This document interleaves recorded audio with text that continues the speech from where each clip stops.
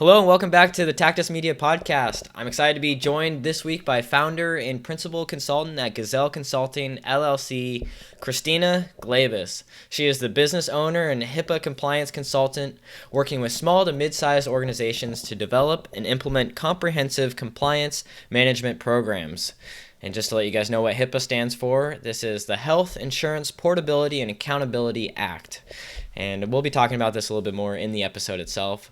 But what Gazelle Consulting does is they provide HIPAA compliance program development, assessment, administration, and maintenance services to healthcare providers and business associates. They develop successful HIPAA compliance programs for government oversight agencies, educational institutions, healthcare facilities, and health technology providers. They are client-focused with an approach that is balanced for the need for regulatory compliance and data security with the unique business needs of each organization. I'm very excited for this episode. I'm in a little bit over my head. I don't quite know this industry quite as much, but I'm excited to have Christina, who is a wealth of knowledge, who breaks things down for my simple mind. So without further ado, let's get things started. Welcome to the Tactus Media Podcast. I'm your host, Brian Cargill. I'm excited to explore a ton of different topics with you. It's going to be a lot of fun. In the past, we've talked about video marketing, brand, strategy. There's still going to be a lot of that, but we also want to tackle some issues that are happening in Portland, fun concepts, as well as some engaging stories. All right, let's kick it.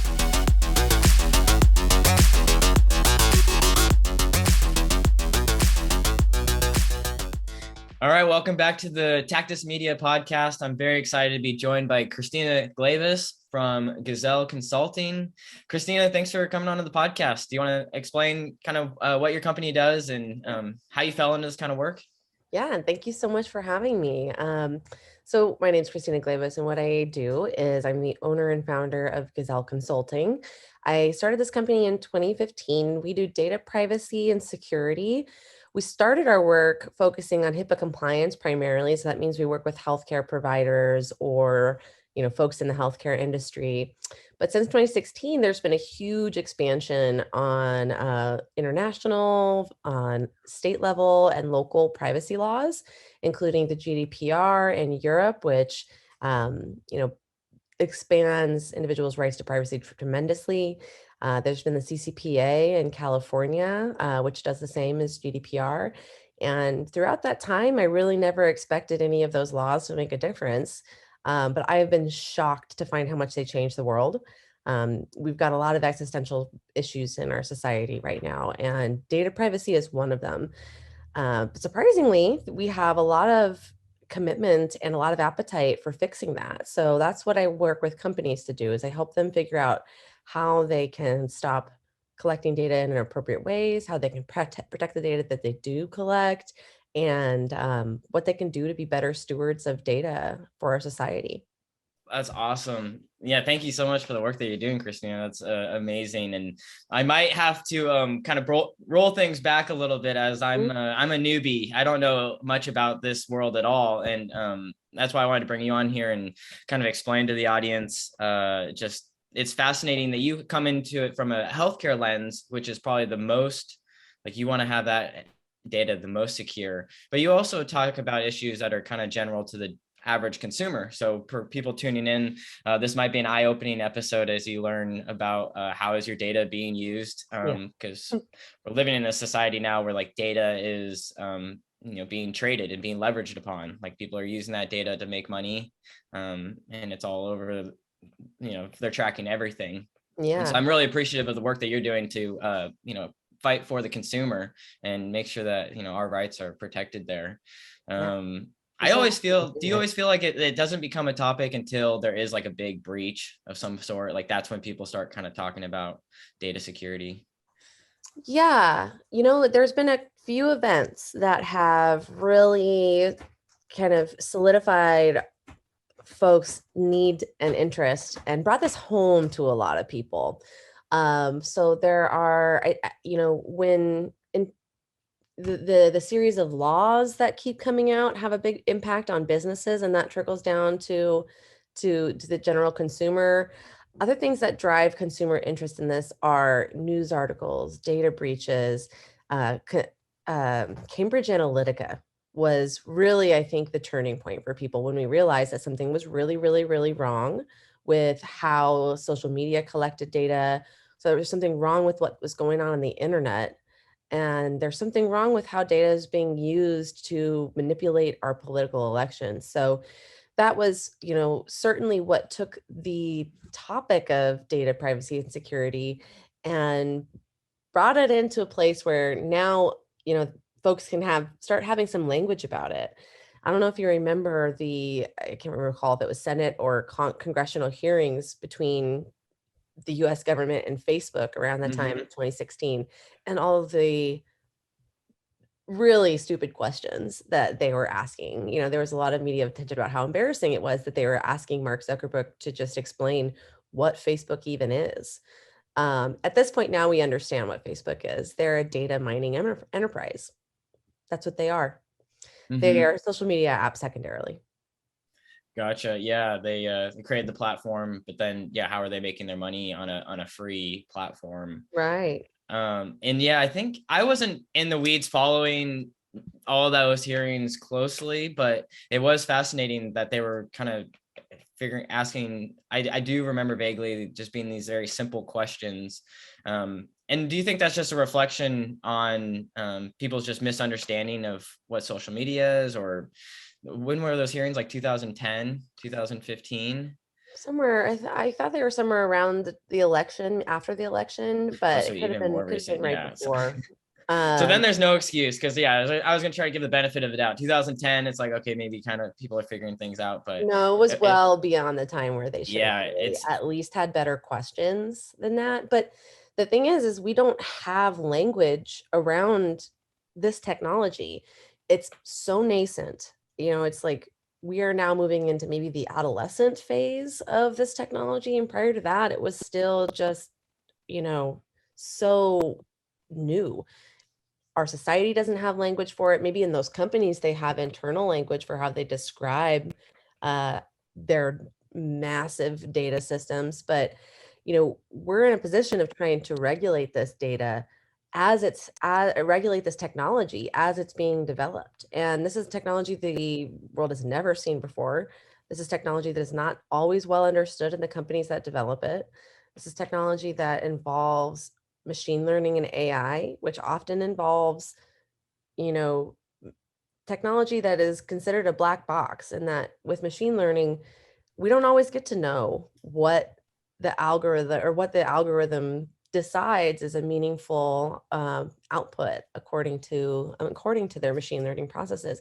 There's just too much that we don't know.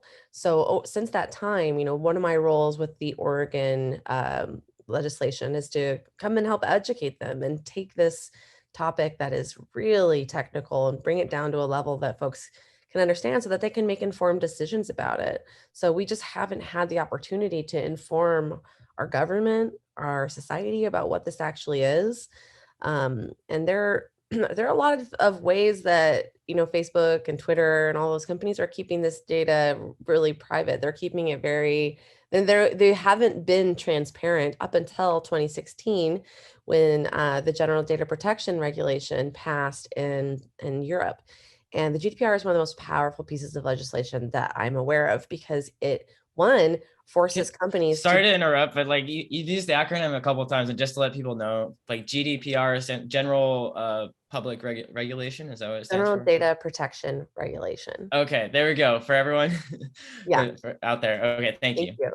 Yeah, the General Data Protection Regulation requires companies to be transparent about what data they are using, where they got it from, why they collected it, who they send it to.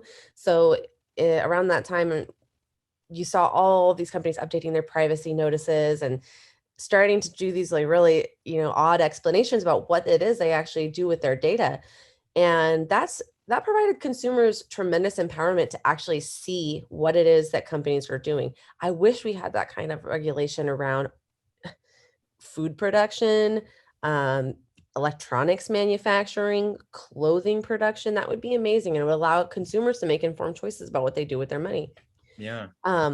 The second thing that the GDPR in Europe did that was very powerful is it gave individuals the ability to make complaints about the company to an enforcement body. So in Europe, each member in the EU, each member state, so like Germany, France, they have data protection authorities that do a lot of work to investigate any complaint that organizations receive. So now we have transparency, and we have consumer empowerment, and we have regulatory bodies that are dispersed enough that they can actually do the enforcement of this law. So really powerful stuff that went on in Europe.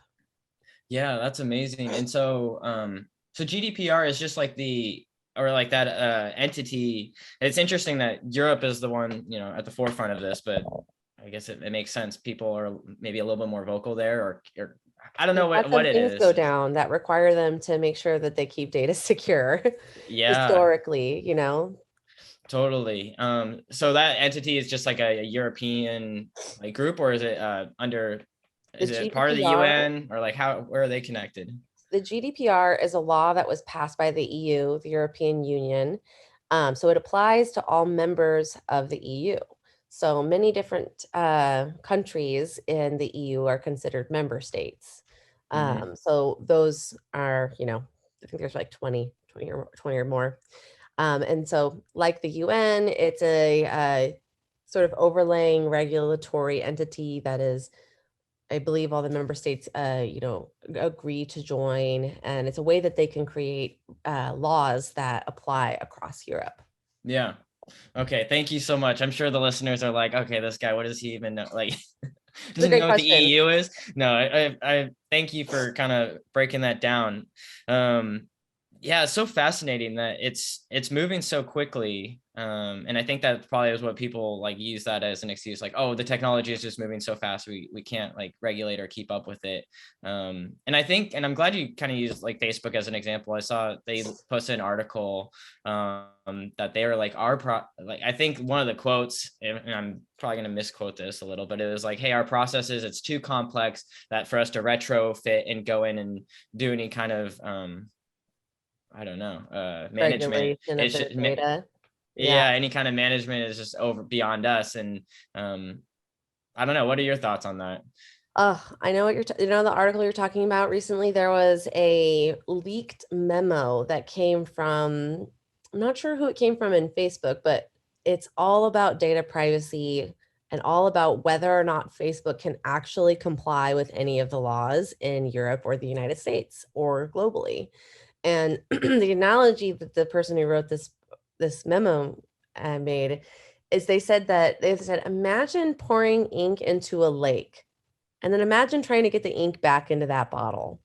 That's what Facebook is up against if we are trying to make sure that we can regulate data according to GDPR.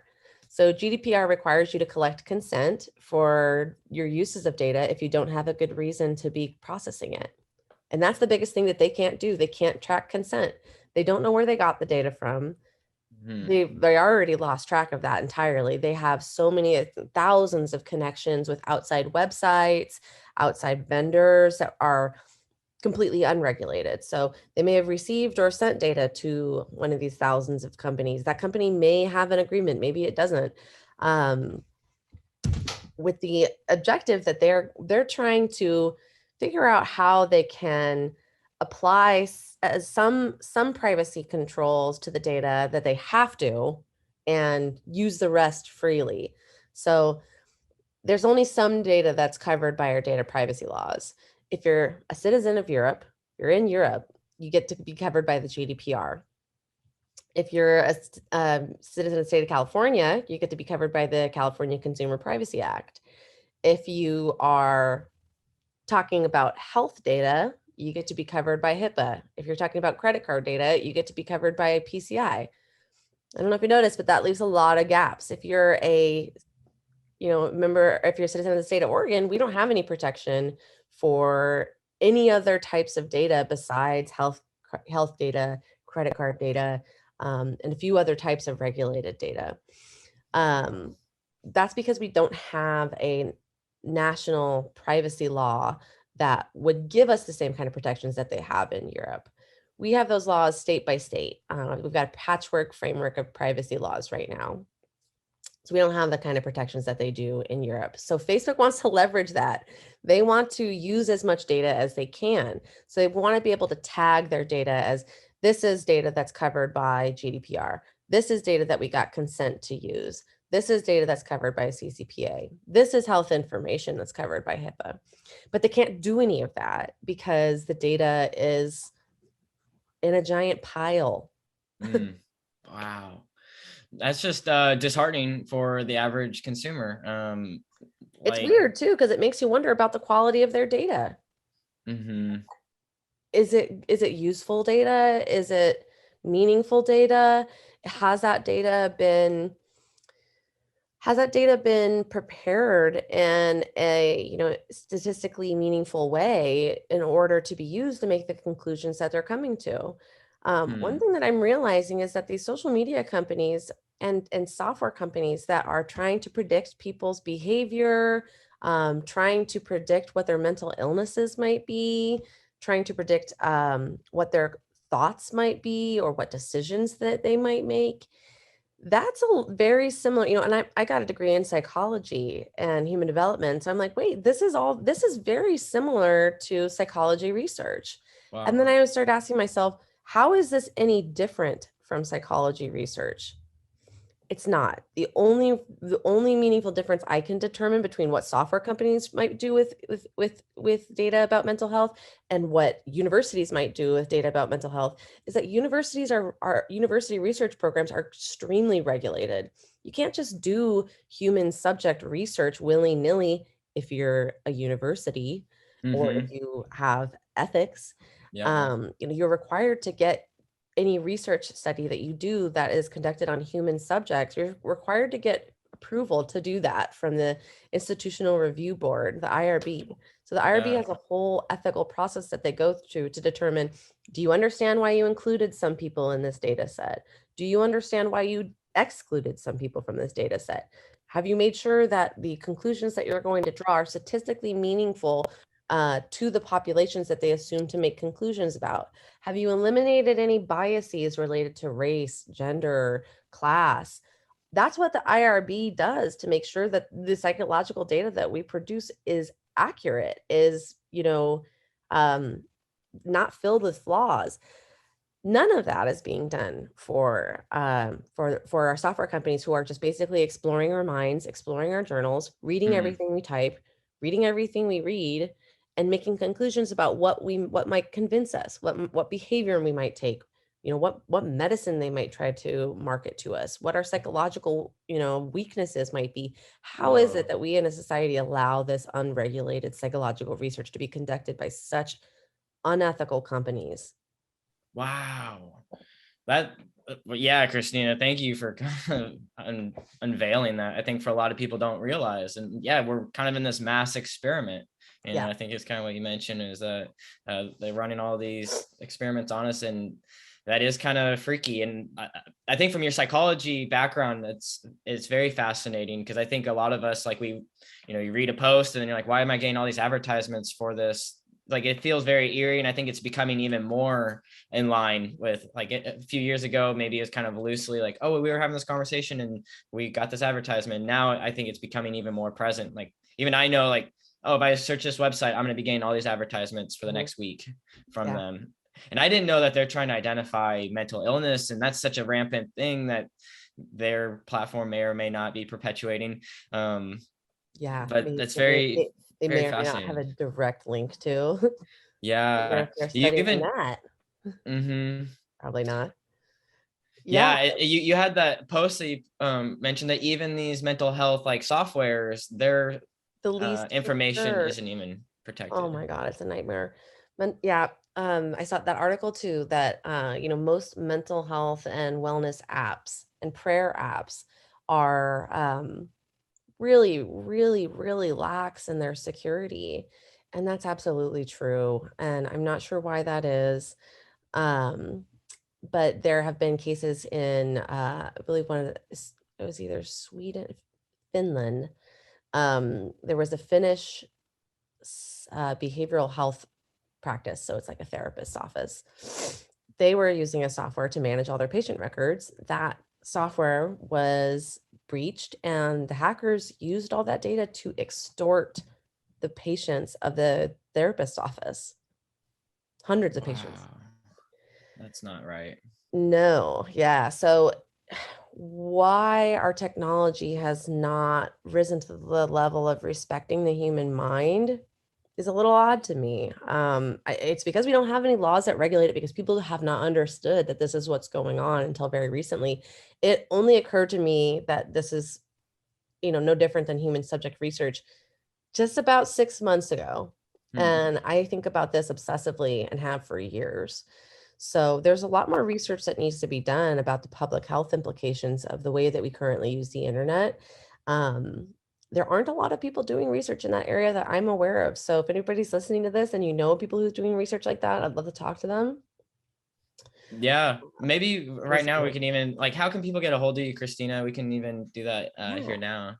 Well, I'm not on social media, except LinkedIn. So Okay. you can So they can contact connect me with you on on LinkedIn. They can LinkedIn, check out my website, gazelleconsulting .org. gazelleconsulting.org. Yeah.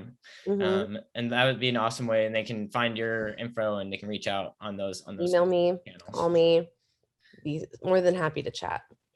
Yeah, I think it's awesome what you're doing. And yeah, maybe we can even, I think we've kind of talked about the average consumer, and maybe we can like hone in on what it is that you do with HIPAA and kind of that angle. Maybe you can explain even that acronym for people, because a lot of folks listening are, come from the marketing world and may or not be in healthcare. Right. Well, when people hear HIPAA, they go to sleep. And I know that because people tell me every day how much they hate it. So, before starting this conversation, let me just say that I think HIPAA needs to be rebranded. I think data privacy and security needs to be rebranded. It doesn't really get to the meat of what this work is, which is ethical stewardship of data. Now, when we think about ethical stewardship of data, that's much more interesting because that has a justice perspective. What are the ethics of the way that we work? Those are governed by laws, which HIPAA is one of them. Why do we have laws? Because there's a reason for that. People have been abused before we had those laws. It's a tool of justice, and HIPAA in particular is a tool of civil rights. So what HIPAA is the Health Insurance Portability and Accountability Act. It's a bunch of, HIPAA does a lot more than data privacy. So I don't know if any of those words are going to be all that meaningful. But what HIPAA is one of our country's oldest data privacy laws. It was published in 5 separate parts over the course of around 20 years. And the first came out in 1996, and that was the privacy rule. And that said, individuals have the right to get a copy of their health records. They have a right to know what is included in them. They have a right to make a change if there's any data that's inaccurate. They have a right to make a complaint. They have a right to uh, limit who can access their data. So these basic rights around governing your data, and there's more than those that I just listed, that was the model for a lot of other following data privacy laws like GDPR. So the initial law in HIPAA established individuals' rights.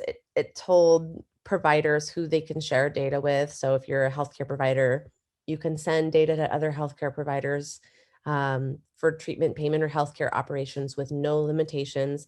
So a lot of people think that HIPAA prevents providers from sharing data, and it doesn't. They are misunderstanding the law. Hmm. So that was the first bit of HIPAA. And when that first came out, they expected people to honor individuals' rights and do the right thing because the law said this is what you should do. But just stating that individuals have rights doesn't really do anything to help businesses figure out how to enforce them. Hmm. So in 2004, they updated the law and came out with a security rule. And the security rule tells you how to keep data private. You can't do privacy without security.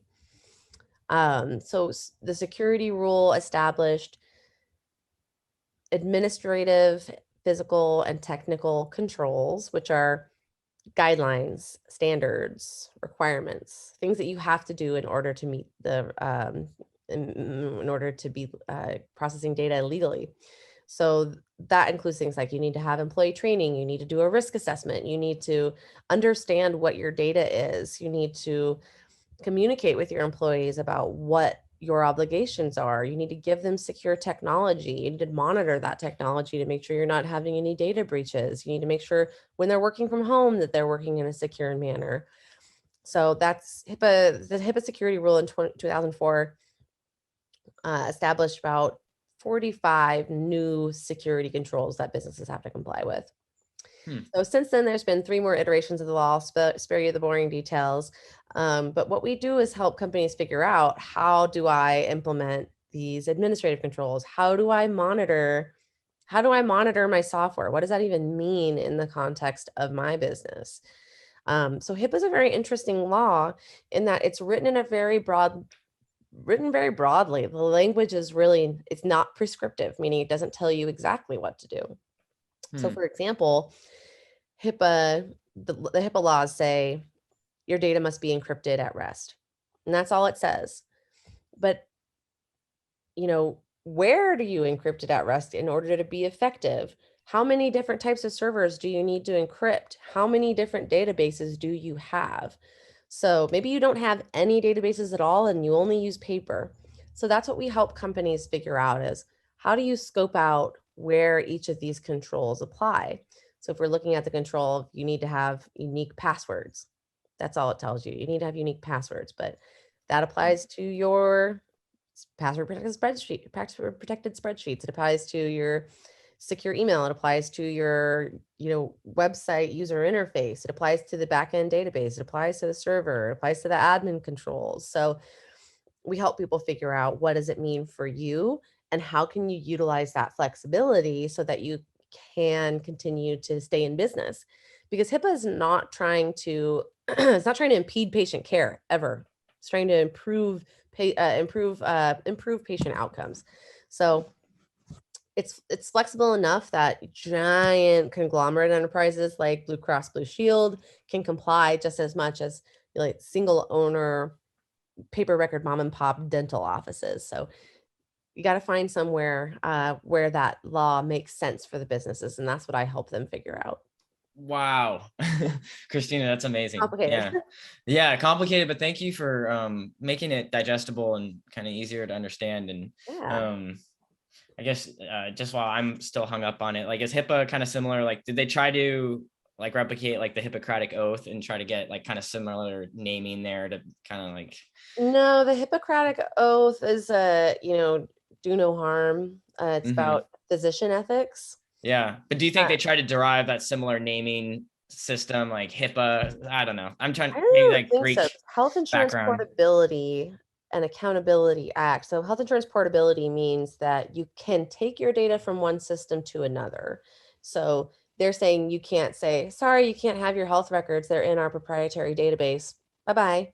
So, that would violate health information portability, which is the first 3 letters, Mm-hmm. and then Accountability Act. And then, so assuming the controls are meant to create accountability processes for companies that consumers can access through their rights. Gotcha. Thank you for working with me there. Yeah. No, I'm like, why did they name it that? And it doesn't, HIPAA, it comes from, it includes lots of other controls that I don't usually deal with because I don't do healthcare claims. Mm-hmm. So HIPAA regulates healthcare providers, companies that send claims, and healthcare payers, so insurance companies. A lot of HIPAA is meant to make the processing of claims easier. Gotcha. Man, it's so fascinating. I'm so glad there's people like yourself, Christina, that can go in there and help these In the weeds and organizations. stay in the weeds. Yeah. What's interesting to me is you said that like when you said 96 was the first year that they started like worrying about this, that seemed like kind of later. I thought that they would have maybe started tackling data privacy for consumers when they started tracking data, which they've probably had data on consumers since, you know, 50s, 60s, and only within recent times. And then even in 96 and then 04, when they did the update, like the internet wasn't where it is today. So what do you think they'll probably pass some more regulation as Oh yeah. we're getting used to the software and all that? Oh yeah. Yeah. Data privacy wasn't as big of an issue before the mass proliferation of the internet. And in 1996, when I was 7, I'm like, what was going on at that time? It was pre Y2K. So certainly, I had a computer. My dad is a database developer, so we had computers in our house, but I knew a lot of people didn't at that time. And the risks that came along with data were a lot more limited to, who would typically have access to that data, which is, the providers, the insurance plans. So they were more concerned with making sure that patients could get their data and that providers didn't do anything weird with it. But now, after we know how the internet works, we need to regulate how data is exposed in mass and how data is protected in software systems that didn't exist at that time or weren't widely used at that time. So they're currently working on updating the HIPAA laws right now. The laws are open for public comment, I think, still. And so the types of changes that we're seeing coming up maybe in a law that might come out in 2023 include things like all of the changes that they're making to the law are making it easier to share data for care coordinators and limiting information blocking between organizations that should have it. So like I mentioned, a lot of healthcare providers might say, I can't share this data with you because of HIPAA. I can't give this data to your provider because of HIPAA. That's illegal. And they're going to make it explicitly illegal. They're, wanting to give more clarity to providers that will tell them, here's how you can do what you need to do. Don't fail to do it because of HIPAA. You can't claim HIPAA and then just not share the data. You have to share the data. So that's what we're seeing in the new revisions, which is interesting.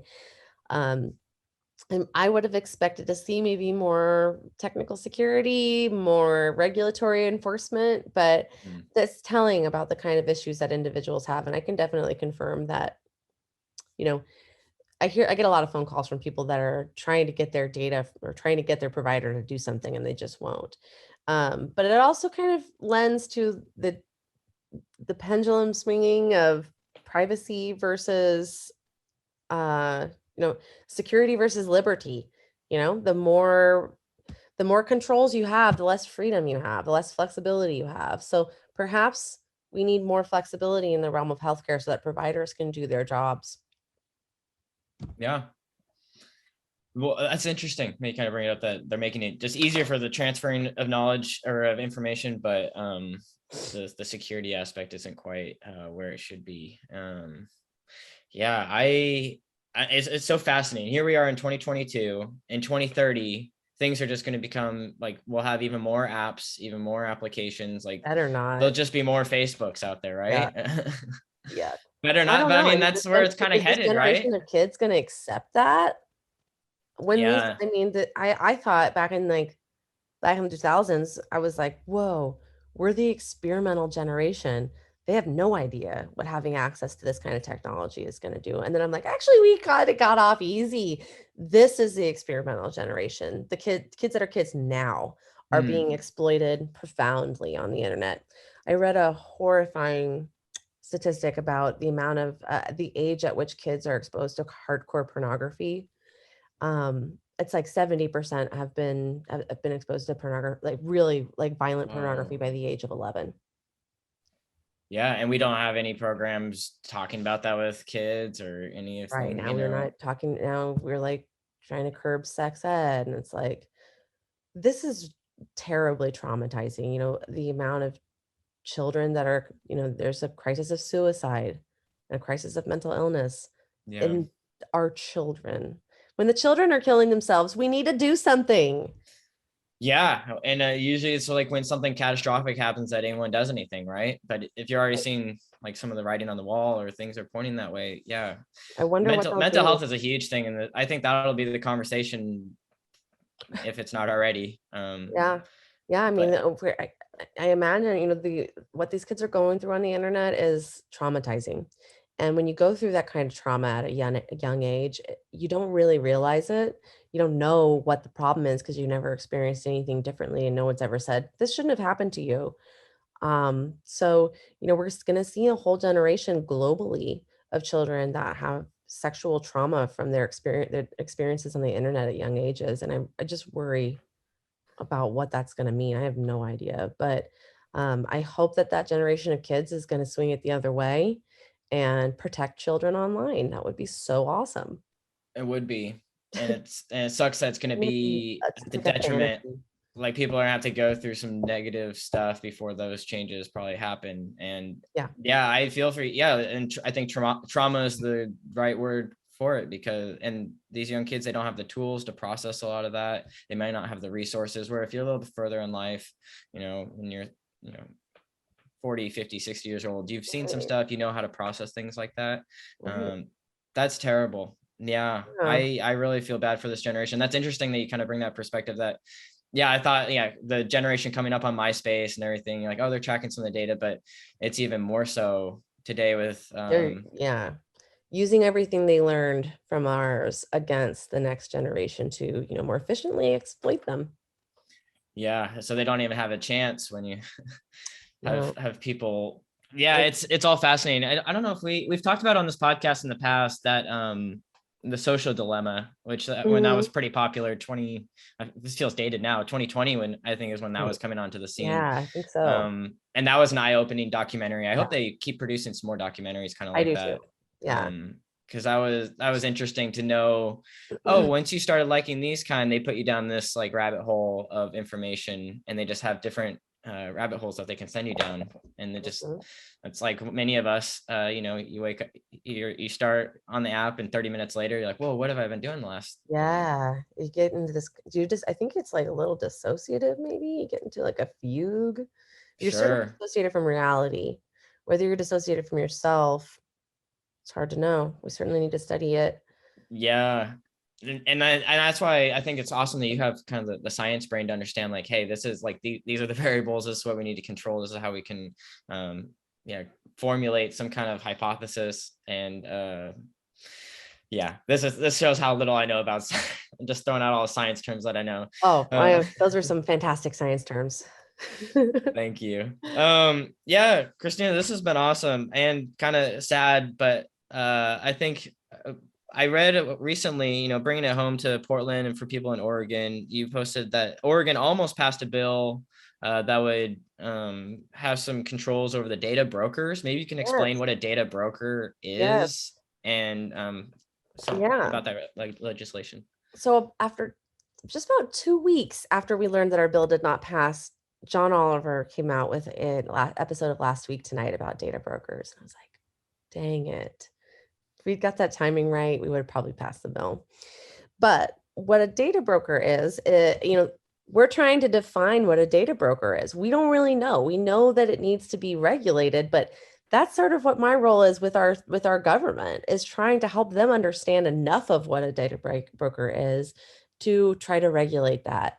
So data brokers buy and sell data. They might buy data from companies like Facebook. Cambridge Analytica is a data broker, so they bought information from Facebook and then they sold it to who? I'm not sure. We don't really know. There's chains and chains and chains of data brokers out there that might be buying and selling data all well beyond what we can see, because our laws for technology regulate first and second parties. So it might regulate Facebook and their vendors. But what about the vendors' vendors? What about third and fourth parties? They're not regulated at all. Hmm. So companies that are data brokers are like Equifax, Experian, those companies that give you your credit score. How do they know all that much about you? And who even said they could do that? So those are some of the biggest data brokers, and those are the ones that had the biggest data breaches. They're not why do we allow them to do this? Oracle, which is a massive software in business. It's used by the biggest companies in the world. Essentially, I'm learning they just sell insights. Hmm. Their insights, their products are built off of data that they've bought or sold to from widely free on the internet or wherever they get it from. We still don't really know. Wow. Other data brokers are yeah, I'm trying to think of a few other examples. When I Those are all see really fantastic. Yeah, any company that says that they're selling a data marketplace. Um, got a kitty that only that knows I don't like it when she scratches my couch. And so she does it whenever she wants my attention. Oh my goodness. Yeah. Yep. So when you see a data marketplace, like if you look at, we're starting to see this in like infrastructure providers as well. So like if you look at this company called Snowflake, or maybe I wonder if Amazon Web Services is doing this, any company that sells a data marketplace where you can come in and buy data, but they claim is de-identified, that's a data broker. You just been brokered. So there's a lot of language that companies use to hide this. So data marketplace, data lake is Mm, one of them. So, the example that Facebook gave of pouring ink into a lake, that's very apt. It's perfectly named finally, because we do see products out on the market called data lakes, and they're really great for technologists because they're hmm. efficient. They produce a lot of really interesting outputs Yeah. at the cost of having any idea where that data was from and having zero ability to regulate it or track it. Oh my And that gosh. doesn't mean that those kind of softwares can't be built with that in the future. But Facebook, for example, their development model was moves fast and break stuff. And it's like, Hmm. well, was that really all that sustainable of an approach for you 15 years later? Move fast and break things works in an unregulated industry, and it really doesn't in a regulated industry. So they're freaking out now because their whole business model makes no sense and Mm, in our modern based on our modern needs, and they're going to get in trouble for what they've been doing. totally. Wow. So just have to like, yeah, they're gonna have to retro do Oh, something. yeah. Just to give people an idea, what kind of information, I don't think we've really talked about this. What is some of that information that's in these data pools that people should think about? Any information that's a part of public records online, any information you post on social media, a lot of highly sensitive psychological information, at least we know with Cambridge Analytica, came from those kinds of tests that you would see posted in your Facebook feed. Like, select your first name, or no, your mom's maiden name, your first pet, and your town you grew up in, something like that, which are all, of course, the kind of security questions that companies Whoa. ask. That was actually collecting psychological data about people. Any questionnaire on Facebook's feed that's asking you information is how Cambridge Analytica collected information from people. So there are these schemes, and we don't really know exactly how they're all being carried out. We know some of them, but a lot of information that you might find in those databases is like your browser history, every Hmm. website you've been to, your location history is extremely easy to find. Uh, you know, New York Times did an expose about this, and must have been 2019, about how easy it is to find information about where people are at in the current moment. Not only that, but where they've been, which houses they've been to, which grocery stores they've been to. Hmm. Your location data is all over the place Wow. because yeah, it's collected by so many apps. Anything on it's really your apps as well. Mobile apps geared towards children collect an insane amount of data. Oh my gosh, that's so terrifying. Yeah, And then again, it's like Europe pushing the envelope. And I know, like, from some of the advertising classes I took, you in Europe, like, you couldn't advertise to kids under 12 years old, but if they're collecting data on people from birth, people are making social media accounts for their kids. They're right, collecting all of that. So then you have data on a person their whole life, and then right. they wind up knowing more than you about you than you know about yourself, which is kind of freaky. It's weird. Yeah, there's a lot of different ways to take this. Maybe we can talk about actually machine learning. You actually Yeah, talked about that for a second, and then where does that have a hand in all of this? Because yeah, if an average person were to sift through all this data and try to make sense of it, it probably would be pretty challenging, right? But now they have AI. Is machine learning similar to AI? Are they I synonymous? But believe like, they're synonymous. okay, so now Yeah. they have supercomputers that are filtering through this info and being able to spit out some kind of strategy or something in place to for them to act on that information. Yeah. Oh, we got a little visitor. Oh yeah, what's his or her name? This is Lyra. Lyra, nice to meet you. Um, so machine learning is a process of software. Let's see, how do I describe this? It is basically a complicated algorithm. So an algorithm says, it's like X plus AB, times YZ equals output. That so the variables have a relationship to each other in the way that the system is set up. And so that you can use that for processing large amounts of data, finding patterns. So in order to create a machine learning algorithm, you need to have a training data set. So you might have a fully identified list of individuals with their pets' names and their addresses and the last 5 websites that they visited. And you might use that as their training model to try to find a correlation between individuals' names of their pets and the last 5 websites that they visited. So why machine learning is considered a black box is once you train the algorithm on, you use your identified training data set, and then you try to apply that algorithm to data that you want to study. They don't Machine learning doesn't produce an output that would tell you how it made those correlations. So you might be able to find that there's a correlation between individuals that went to New York Times and people who named their cat Lyra, but it could never explain why. So that's the black box of it. So we don't know, was there a confounding variable? Was there a variable that we didn't think of? Do we have bad data? Do we have biased data? Machine learning is not going to give us the opportunity to study that in the same way that you can study, the methodologies that are used in empirical research studies. Wow.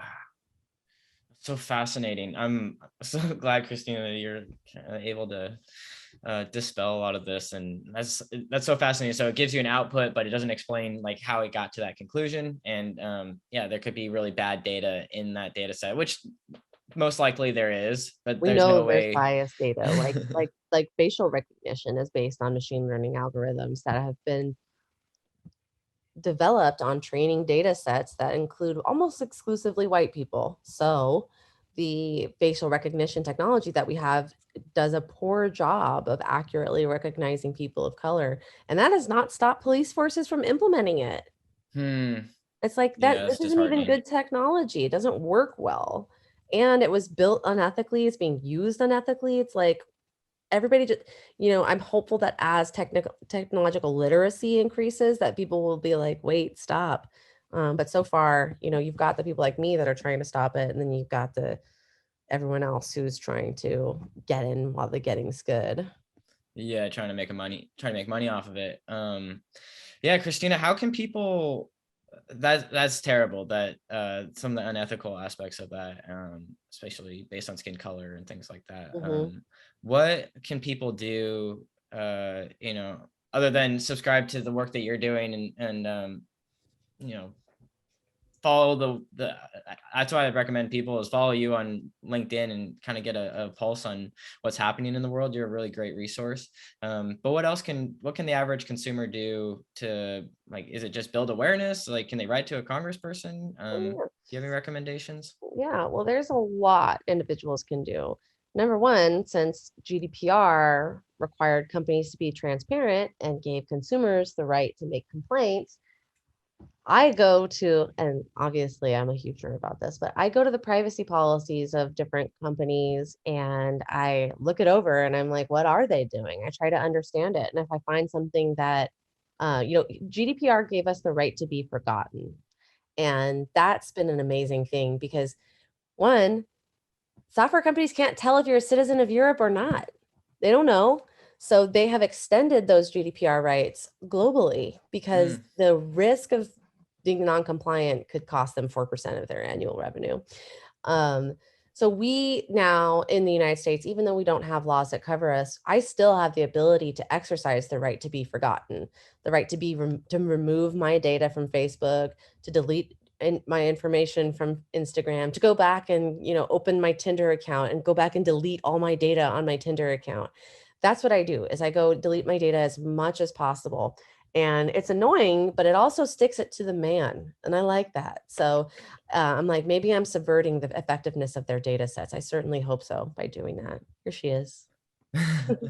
Doing drive That's by. awesome. Yeah, that's Um, amazing. Yeah, and like you mentioned, it's kind of a tedious thing, but you don't want that info out there, and it's oh, just going to live mm, on those platforms in perpetuity, right? yes. So, So any kind of like people search website, if you, I Google my name periodically and I see what websites have information about me, and then I go to their privacy policies and find where I can delete my data or the right to be forgotten.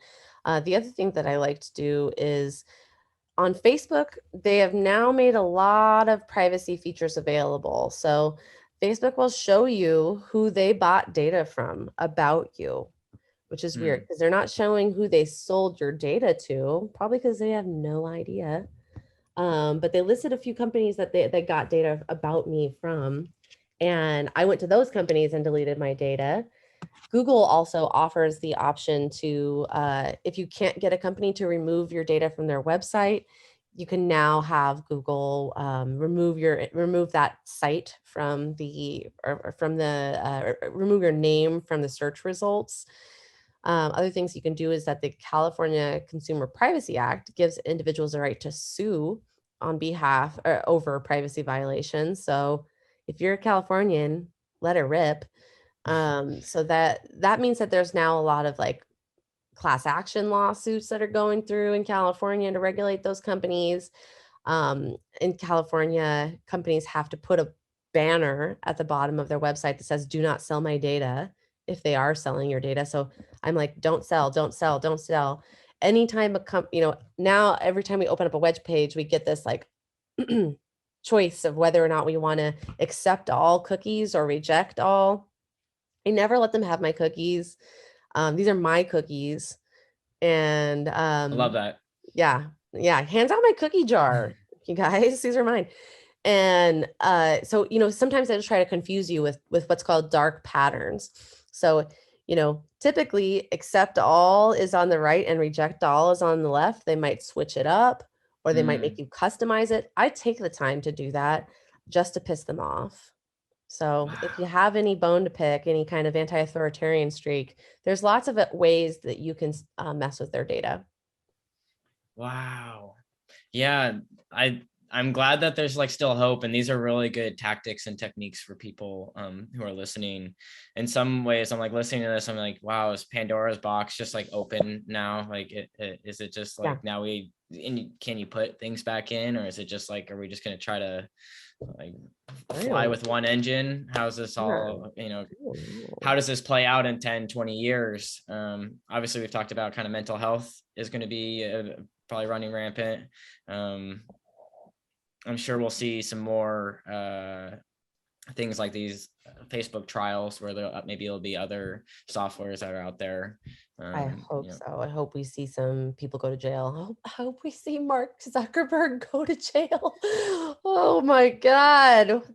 yeah, you think Such a he kind of stupid. has he it doesn't have the best for humanity and in his heart. Absolutely not. Oh my God. What is this whole meta thing? Like, Yeah. trying to convince everybody that you're not Facebook any longer because you changed your name to Meta. Uh, that's going to be the whole new Well, we've seen a society. lot of big I don't companies want that. rebrand themselves, and then yeah, that'll be a whole other like space that won't be as regulated in the Yeah, early stages as yeah, VR, augmented reality. So for the first like what 10, 15 years of that, it's just going to be the Wild West. And well, and that the one's thing going to be is different like because it's there. It's like, right. I don't know if you've done an Oculus I Rift have, or yeah, it's anything, and fun, you're like, you're in it, and your brain tricks yourself into being it within a minute or less. right? You put on those goggles, you're like, oh, yep, I'm in this The crazy virtual sensory world. perception cues are really, really quality. Yeah, it's super interesting technology, but yeah, VR scans, which, they need to scan your room in order to give you that kind of perceptive haptic feedback about, the, direction of your head or, where you've moved the hand things. Those VR scans can never be de-identified. So when they talk about de-identified data, that doesn't apply to data like VR scans. It doesn't apply to full face biometric identification. It doesn't apply to your fingerprint. It doesn't apply to your history of location data.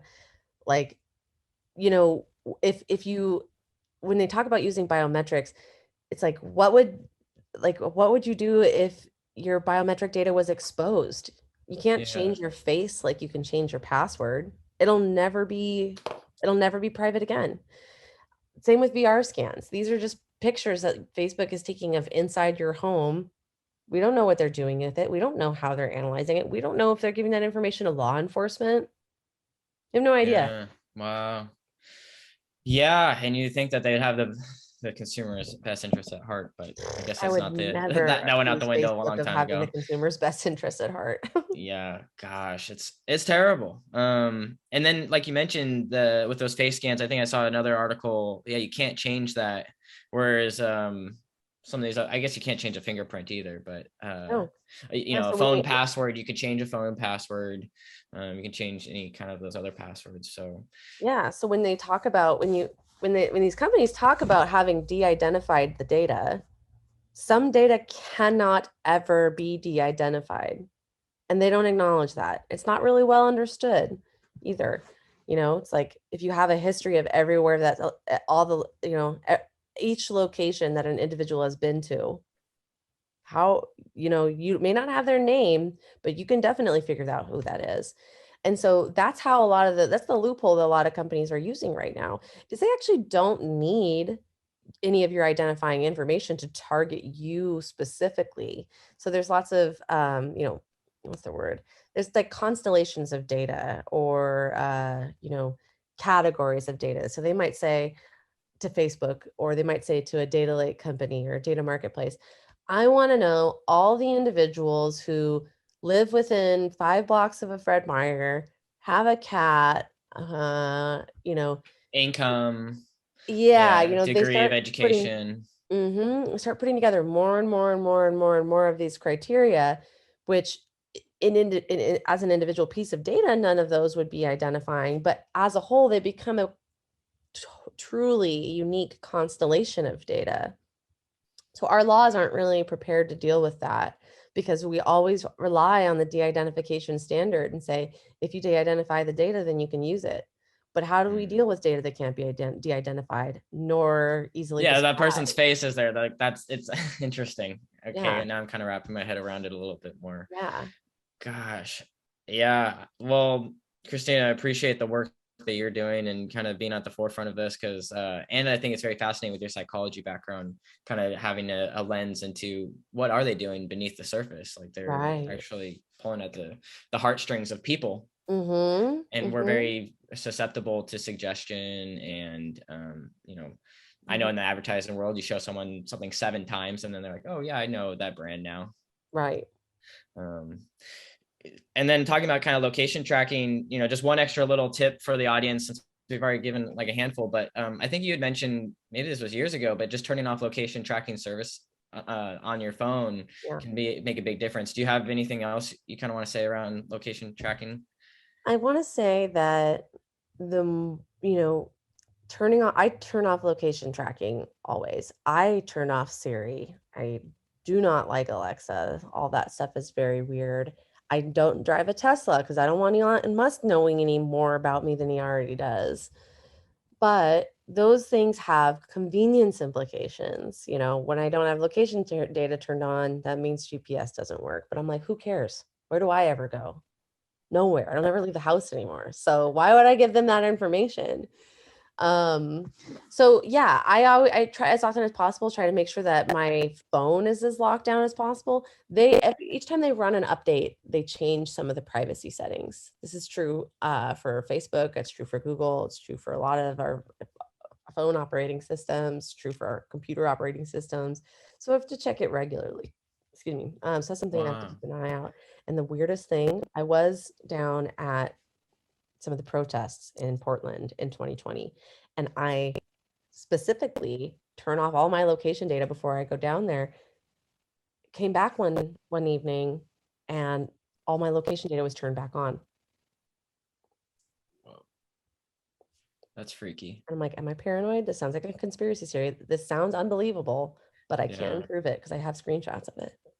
So Wow. yeah, we Gosh. are in a surveillance state. Yeah, I mean, feels like Black Mirror in some regards, you They know. stopped making that show because it was hitting too close to home. Did they? Is that what it was? Yeah, that's why they stopped. They're like, we can't do this anymore. It's just like Just getting, too eerie and becoming real. Yeah. yeah. And now all those, those robot dogs that are made by Boston Dynamic They look currently, just like the ones from the show. I know. Well, they're using them to patrol Pompeii, and they just started using them in Portland to patrol the National Guard facilities. Wow. And I'm like, isn't somebody gonna say, no, I don't want to be policed by robot dogs? Yeah. But we're so Well, distracted with so many other issues. I know. I think that's part of it. There's like a hundred issues, Yeah. and just like they're all hitting us all at once. And yeah, I think this episode I knew it was gonna make me freak out, and I knew it was gonna be being like, oh man, that it's just like overwhelming that there's that, like you said, the surveillance state, they're monitoring everything, all your data like is being catered and adapted to you, and it's this real-time experiment that we don't know how this plays out. It's nerve-wracking. I'm not the one to solve it, but I wanted to bring kind of a light and knowledge to it. And I knew, Christina, you are a wealth of knowledge, and I'm really happy with the stuff that you're doing in the community and bringing awareness to this. Yeah. How can people like learn more? How can people get involved? What would you recommend? Yeah. There's a lot of, how can people, I'd say take individual action. If you work for a company that's regulated by HIPAA, take that seriously because that's individual civil rights. People talk about how boring compliance is, but actually you're in a position to make sure that you're protecting our society from these massive harms that occur when data is exposed. So just seeing the meaning in this work, if you have a job that, at a software company, that if you're in a position of engineering software, I hear from a lot of software engineers to talk about how much they hate compliance. And I'm like, why? It's just a requirement, so Yeah. changing our ideas around whether this is annoying, whether when you hear people talking about how annoying privacy is, I'm like, you're part of the problem. Yeah, um people just want to move quickly. They want the convenience. They want just like, but what are you how sacrificing? how convenient has this all really been when you think about it? Mm-hmm. Not all that convenient. Other things you can do is remove your, exercise your rights. If you're in California, let those companies know if they're doing, go and have your data removed. If you're in Oregon and you have that as an option, go and have your data removed. Send them annoying emails, be annoying to these companies, fight the man. There's a lot of action that you can take. Lock down your phone so they can't have your data. A lot of that is, and protect the elderly in your family, help them get set up with security, check on their security, talk to them about what's going on. A lot of people get involved, a lot of people victims of, the Nigerian prince scams. A lot of victims of scams never tell anybody because they're humiliated. Hmm. So Yeah, that's a big one. talking to the elderly folks in your family and the kids in your family about what they're experiencing, and if anything's making them uncomfortable, has anything happened that they felt embarrassed to share. Yeah. Those are amazing tips. Thank you, Christina. Yeah, just getting people more comfortable and keeping the conversation going. And yeah, this will be probably at the forefront of conversations for next. Hopefully, it's not like another breach that brings it up, brings it up in the conversation. But appreciative for people like yourself, Christina, that can see like kind of the future where things are headed, and like yeah, the average person is just like, I just want this to go away. I'll accept yes to all the cookies. Yeah, make that go away.